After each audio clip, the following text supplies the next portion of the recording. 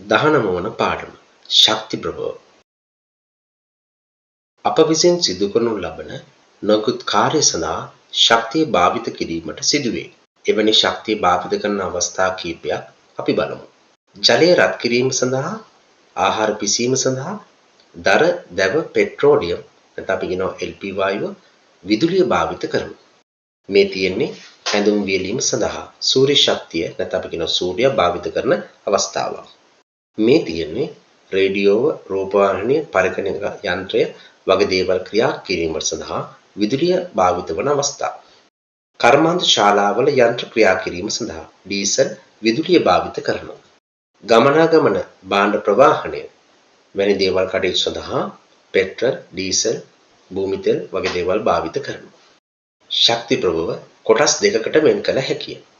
පුනර්ජනනීය ශක්ති ප්‍රභව, පුනර්ජනනීය නොවන ශක්ති ප්‍රභව ලෙස කොටස් දෙකකට වෙන් කරන්න පුළුවන්. පුනර්ජනනීය ශක්ති ප්‍රභව. පුනර්ජනනීය ශක්ති ප්‍රභව යනු භාවිත කරන අතරතුරදී හෝ කෙටි කාලයකින් හෝ නැවත හටගන්නා ශක්ති ප්‍රභවයන්ය. සූර්යා, සුළඟ, භූතාපය, ගලා යන ජලය, ජෛව ස්කන්ධ වගේ දේවල් හඳුන්වන්න පුළුවන්. පුනර්ජනනීය නොවන ශක්ති ප්‍රභව. පුනර්ජනනීය නොවන ශක්ති ප්‍රභව ලෙස හඳුන්වන්නේ ಖನಿජ තෙල්, ස්වාභාවික වායු, ගල් අඟුරු, න්‍යෂ්ටික ද්‍රව්‍ය අපිට හඳුනන්න පුළුවන්. එහෙනම් පුනර්ජනනීය ශක්ති විදිහට අපි හඳුන්වන්නේ මොනවද? ශක්ති ප්‍රභව වරක් භාවිතයට ගැනීමෙන් පසු නැවත හටගන්නේ නැත. එසේ නැතහොත් හට ගැනීම සඳහා දීර්ඝ කාලයක් ගත වේ. එවැනි ශක්ති වර්ග අපි පුනර්ජනනීය ශක්ති ලෙස හඳුන්වන්න පුළුවන්. පුනර්ජනනීය ශක්ති ප්‍රභව අපි එන ඉස්සෙල්ලම කතා කරමු සූර්යයා ගැන. අපට ආලෝකය, තාපය ලැබෙන්නේ සූර්යාගෙන්. වායුගෝලයේ සුළං ඇතිවන්නේද, සාගරවල දියවැල් හටගන්නේද සූර්ය ශක්තිය ආධාරයෙන්. සූර්ය ශක්තිය ආධාරයෙන් නෑම, සේදීම සහ ජලය රත් කර ගැනීම සඳහා සූර්ය ජල තාපක ඇතැම් නිවෙස්වල වහල මත දක්නට ලැබෙනවා. මේ දක්වලා තියෙන්නේ ඒ විදිහේ සූර්ය ජල තාපක කීපයක්. සූර්ය ජල තාපකයක් දැනීම. මතු පිට කළු කරන ලද දිගින් වැඩි නලයක් තැටියක් තුල ඇත. ඒ සවිකර ඇත්තේද කළු පැහැති ස්තර මතු පිටයි. තැටියට සූර්ය තාප වැටෙනසේ එය රැඳවිය යුතුය. කළු පැහැති පෘෂ්ඨ වැඩිපුර සූර්ය තාපය අවශෝෂණය කරන නිසා නලය තුල ඇති ජලය සූර්ය තාපය මගින් රත් වේ. කළු පැහැති නලය තුල ඇති රත් වූ ජලය ජල ටැංකියේ ඉහළ ඇති නලය තුලින් ජල ටැංකිය තුළට යයි. සිසිල් ජලය ටැංකියේ පහළ ඇත. එම ජලය පහළ ඇති නලය හරහා දඟර ගැසුණු නලය තුළට ගලායි. එම ජලයේද රත් වූ පසු ඉහළ නලයෙන් ටැංකිය තුළට ගමන් කරයි. මෙම ක්‍රියාවලිය නොකඩවා සිදුවන නිසා එමගින් ජලය රත් කිරීම සිදු කළ හැකිය. මෙය සූර්ය ජල තාපකයක් ලෙස හඳුන්වන්න පුළුවන්. සූර්ය තාපක උදුනක ක්‍රියාව කෙරෙහි එහි විශාලත්වයේ බලපෑම සෙවීම. අපි බලමු මෙතනදී මේ සූර්ය තාපයෙන් මේ ගිනිකුර කොහොමද දල්වගන්නේ කියලා. විදුලි පන්දමේ පරාවර්තකයේ සිදුරෙන් ක්ලේ ආධාරකයෙන් අපි ගිනිකුරක් අපි රඳව ගන්නවා. පරාවර්තකයේ හිරු එළිය දෙසට හරවන්න. හිරු එළිය එක්රැස් වන ස්ථානයට ගිනිකුරු හිස සිටිනසේ සකස් කරගන්න ඕන. ගිනිකුරු දැල්වීමට ගතවන කාලය මනින්. මේ විදියට විදුලි පන්දම් පරාවර්තක කීපයක් භාවිත කරමින් විවිධ විශාලත්වයෙන් යුතු කීපයක් භාවිත කරමින් අපිට පුළුවන් මේ දැල්වීමට ගතවන කාලය හඳුනා ගන්න. එහෙනම් පරාවර්තකයේ විශාල වන විට ගිනිකුරු දැල්වීමට ගතවන කාලය ගොඩක් අඩු වන බව අපිට පේනවා. එහෙනම් සූර්යතාපක උදුනක වර්ගඵලය වැඩි වන විට එමගින් ලබාගත හැකි තාප ප්‍රමාණය වැඩි බව හඳුනා ගන්න පුළුවන්. සූර්ය කෝෂයකින් විදුලිය ලබා ගැනීම. සූර්ය කෝෂ මගින් සූර්ය ශක්තිය විදුලිය බවට හරවනවා. සූර්ය කෝෂ මගින් නිපදවන ලද්දේ කෘත්‍රිම චන්ද්‍රිකා වලට විදුලිය ලබා ගැනීම සඳහායි. වර්තමානයේදී මේවා ගණක යන්ත්‍ර, වීදි ලාම්පු, පර්යේෂණාත්මක විද්‍යුත් මෝටර රථ සඳහා ගුවන් යාන සඳහා භාවිතයට ගන්නවා. සූර්ය ශක්තිය පුනර්ජනනීය මෙන්ම පරිසර දූෂණයෙන් තොර ලාභදායක ශක්ති ප්‍රභේදයකි. නමුත් එහි යම් අවාසිද ඇත.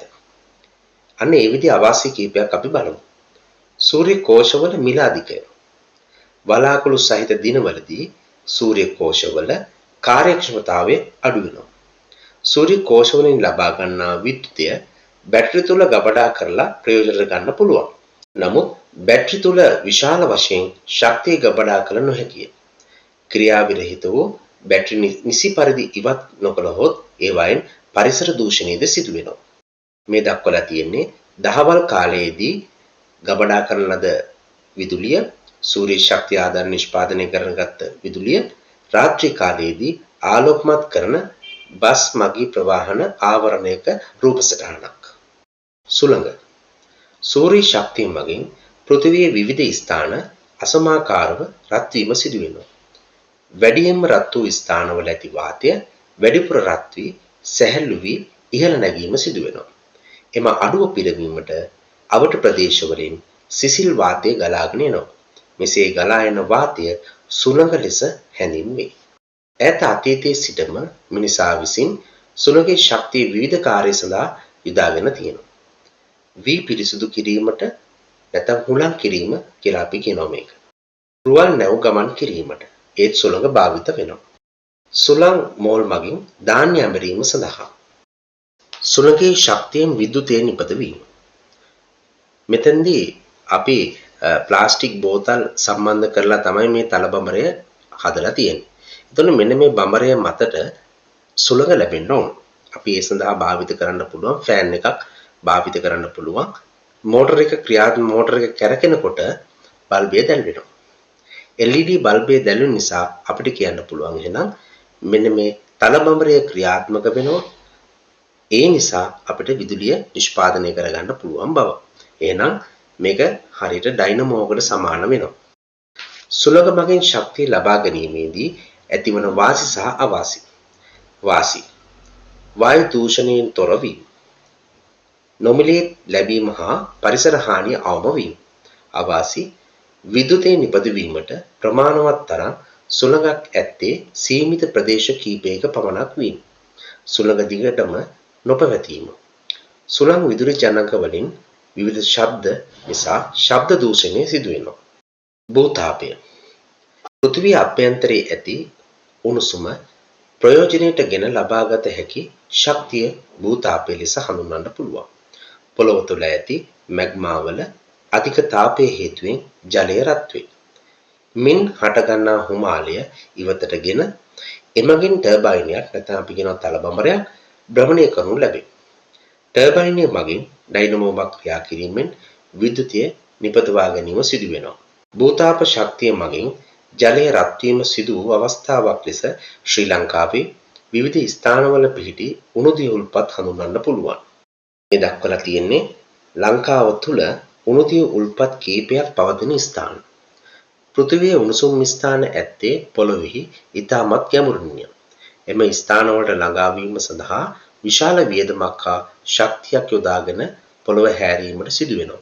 තවද මේ සඳහා පොළොව සිදුරු කළ විට අහිතකර වායුන්ද රසායනික ද්‍රව්‍යද නිකුත් වීම සිදු වෙනවා. මෙම රසායනික ද්‍රව්‍ය හානිකර නොවන ලෙස ඉවත් කිරීම බැරෑරුම් කාර්යයක් වෙනවා. ඊටම අපහසුය. භූතාප ශක්තිය පොළොව තුල ඇති ශක්තිය ප්‍රයෝජනට ගැනීමක් බැවින් ඊටමත් ලාභදායක වේ. භූතාප ශක්තිය ලබා ගැනීමේදී ඇතිවන ගැටලු. පෘථිවියේ උණුසුම් ස්ථාන ඇත්තේ පොළොවේ ඊටමත් ගැඹුරින්ය. එම ස්ථානවලට ළඟා වීම සඳහා විශාල වියදමක් හා ශක්තියක් යොදාගෙන පොළොව හැරීමට සිදුවීම. පොළොව සිදුරු කර විට අහිතකර වායු වර්ගද රසායනික ද්‍රව්‍යද නිකුත් විය හැකිය. මෙම රසායනික ද්‍රව්‍ය හානිකර නොවන ලෙස ඉවත් කිරීම බැරෑරුම් කාර්යයක් වීම. ගලා යන ජලය. අතීතයේ සිටම ජලයේ ශක්තිය යොදාගෙන ජල රෝධ ක්‍රියාත්මක විය. මෙම ජල රෝධ ධාන්‍ය ඇඹරීම වැනි කාර්යයන් සඳහා භාවිත කරලා තියෙනවා. ගලා යන ජලය. අතීතයේ සිටම ජලයේ ශක්තිය යොදාගෙන ජල රෝධ ක්‍රියාත්මක විය. මෙම ජල රෝධ ධාන්‍ය ඇඹරීම සඳහා යොදාගත් අවස්ථාවක් තමයි මෙතෙන්දී මම පෙන්වලා තියෙන්නේ. ජල පහරකින් විද්‍යුතය නිපදවා ගැනීම. මෙතෙන්දී තල බඹරයක් නිෂ්පාදනය කරලා තියෙනවා. එතෙන්දී තියෙන්නේ මෝටරයකට සම්බන්ධ කරලා තියෙනවා. ඒ මෝටරය කැරගෙවීමට තමයි මේ ජල බඹරේ සම්බන්ධ කරලා තියෙන්නේ. LED බල්බයක් සම්බන්ධ කරලා තියෙනවා. ජල ධාරාවේ වේගය වැඩි කරන විට LED බල්බයේ දැල්වීම නිරීක්ෂණය කරන්න. එහෙනම් අපි ජලය තල බඹරේ පෙති වලට වැටෙනකොට එයා ක්‍රියාත්මක වෙනවා. නැත්නම් කැරකෙනවා. කැරකෙන වේගය වැඩි වෙනකොට බල්බයේ දීප්තිය වැඩි වෙනවා. එහෙනම් මේ ආකාරයට අපිට විද්‍යුතය නිපදවා ගන්න පුළුවන්. එහෙනම් මේක කුඩා විදුලි බලාගාරයක් විදිහට අපිට හඳුන්වන්න පුළුවන්. එහෙනම් මේ තියෙන්නේ ජල විදුලි බලාගාරයක්. මේකෙදි ජලාශයක් තියෙනවා, වේලක් තියෙනවා, උමකක් තියෙනවා, ටර්බයින් එකක්, ඩයිනමෝව, ඇල මාර්ගයේ අධිකර පරිණාමකයේ විදුලි රැහැන්. ජලය වේලක් බැඳලා එක්රැස් කර ගන්නවා. ඊට පස්සේ උමම් මාර්ගයක් දිගේ ටර්බයිනයක් වෙතට යොමු කරනවා. ටර්බයිනේ ක්‍රියාත්මක වෙනවා. නැත්නම් ටර්බයිනේ කැරකෙනවා. ටර්බයිනේ කැරෙනකොට ඩයිනමෝව ක්‍රියාත්මක වෙලා විදුලි නිෂ්පාදනය කරනවා. ඒ නිපදවන විදුලිය අධිකර පරිණාමකයක් භාවිතයෙන් විදුලි රැහැන් මාර්ගයෙන් නිවෙස් වලට ලබා දෙනවා. මේක තමයි සාමාන්‍ය ජල විදුලි බලාගාරයක ක්‍රියාකාරීත්වය. මේ වීඩියෝ දර්ශනයේ දක්වලා තියෙන්නේ ඉහළ පිහිටි ජලාශයක ජලය එක්රැස් කර ජලයේ විභව ශක්තිය චාලක ශක්තිය බවට පත් කරමින් ටර්බයින් එක ක්‍රියාත්මක කරලා ඒ ටර්බයින් එක කරකවල විදුලි ජනකයේ ක්‍රියාත්මක කරලා විදුලිය නිර්මාණය කර ගන්නා ආකාරයයි.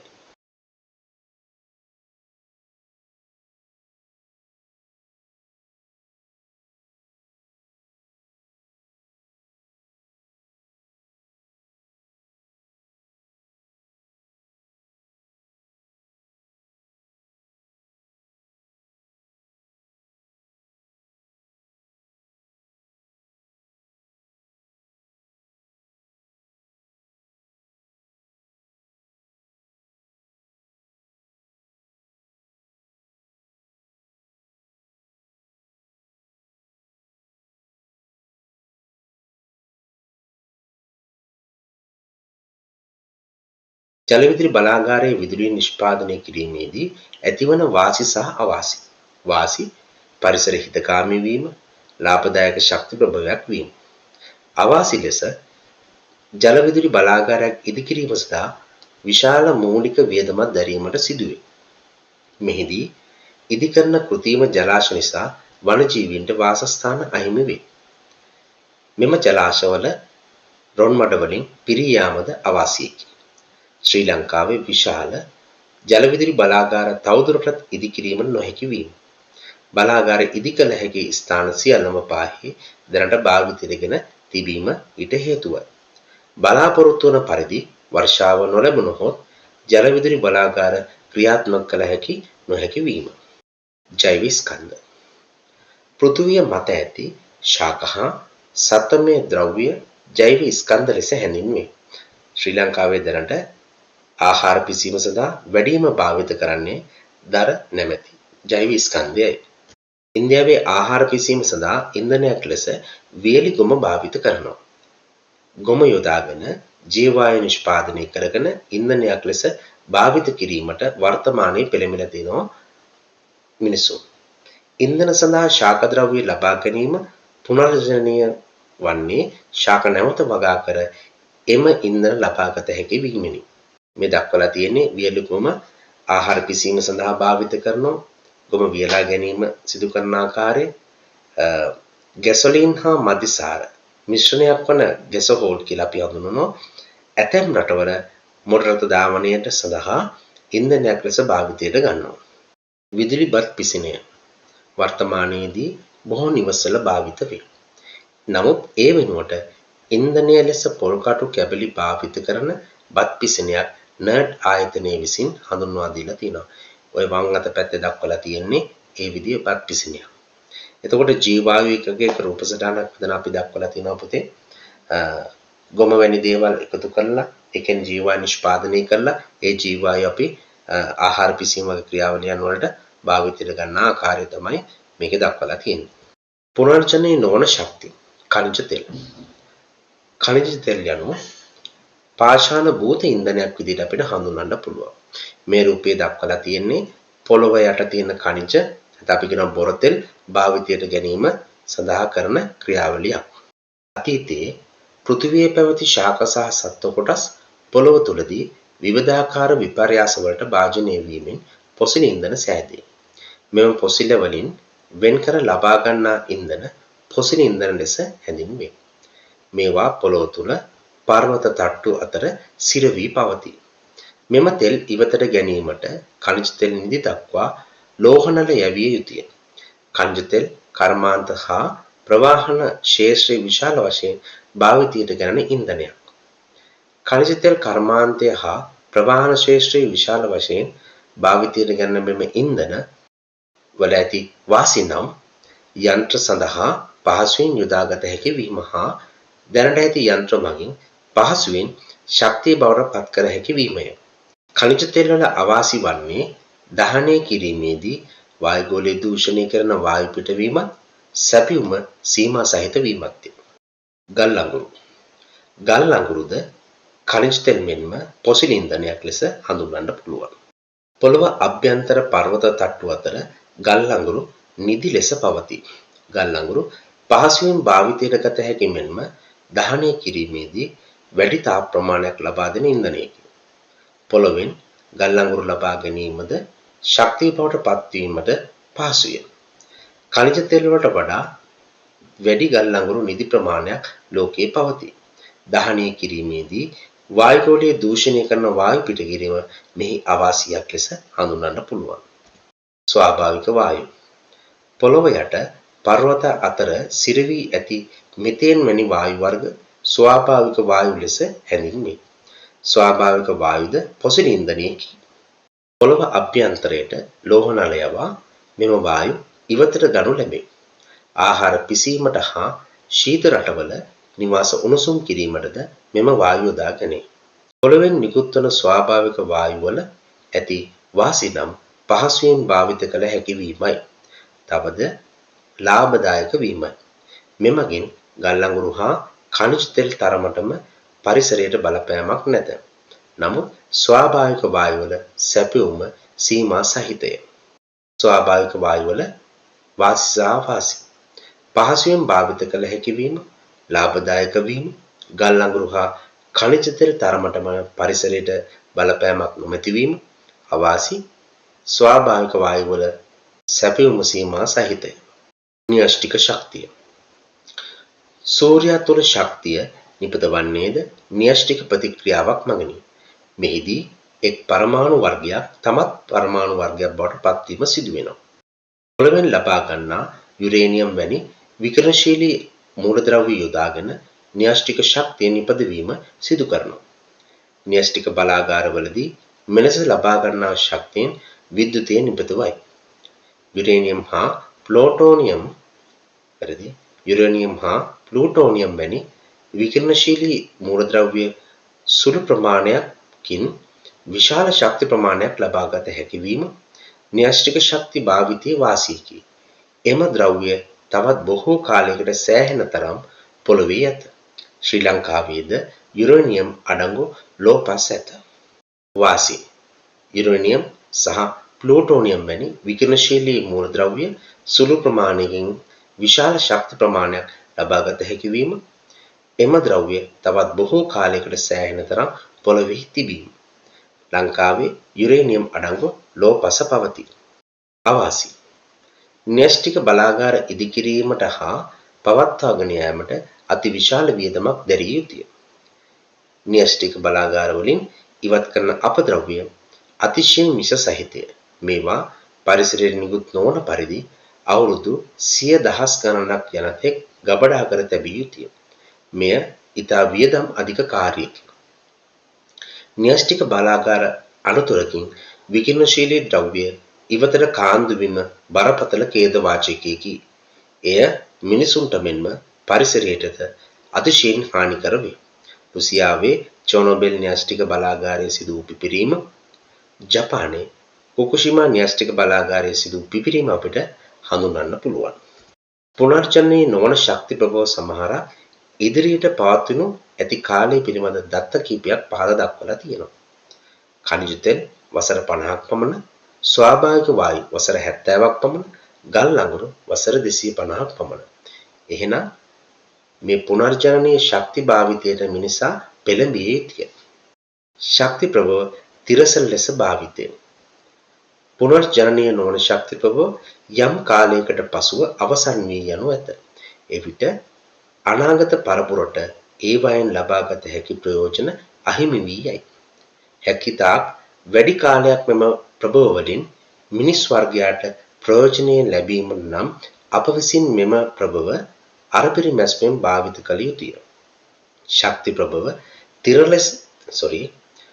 ප්‍රභව තිරසර ලෙස භාවිත කිරීම සඳහා යෝජනා කීපයක් පහළ දක්වලා තියෙනවා. නිවසේ විදුලිය අරපිරිමැස්මෙන් භාවිත කිරීම. කෙටි දුර ගමන් සඳහා පයින් යාම. හෝ පාපදියක් යොදා ගැනීම. මෙය සෞඛ්‍යයට හිතකරය. පුද්ගලික ප්‍රවාහන ක්‍රම වෙනුවට පොදු ප්‍රවාහන ක්‍රම යොදා ගැනීම. ඉන්ධන කාර්යක්ෂමතාවය උපරිම වන පරිදි වාහන එන්ජිම සුසර කිරීම. දෙමුහුම් වාහන හෝ විදුලි වාහන භාවිත කිරීම. හැකි සෑම විටම විකල්ප ශක්ති ප්‍රභව භාවිතයට ගැනීම.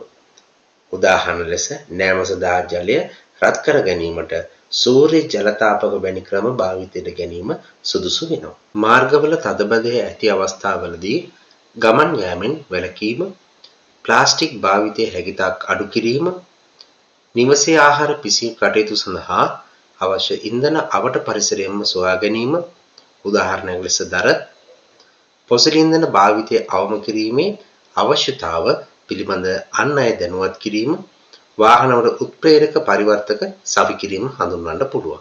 එහෙනම් අරපිරිමැස්මෙන් අපි අනාගත පරපුරටත් රැගෙන පරිදි ශක්ති ප්‍රභව තිරසරව භාවිත කරන්න ඕන.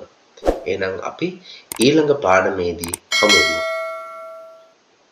මතක ඇතුව subscribe කරන්න.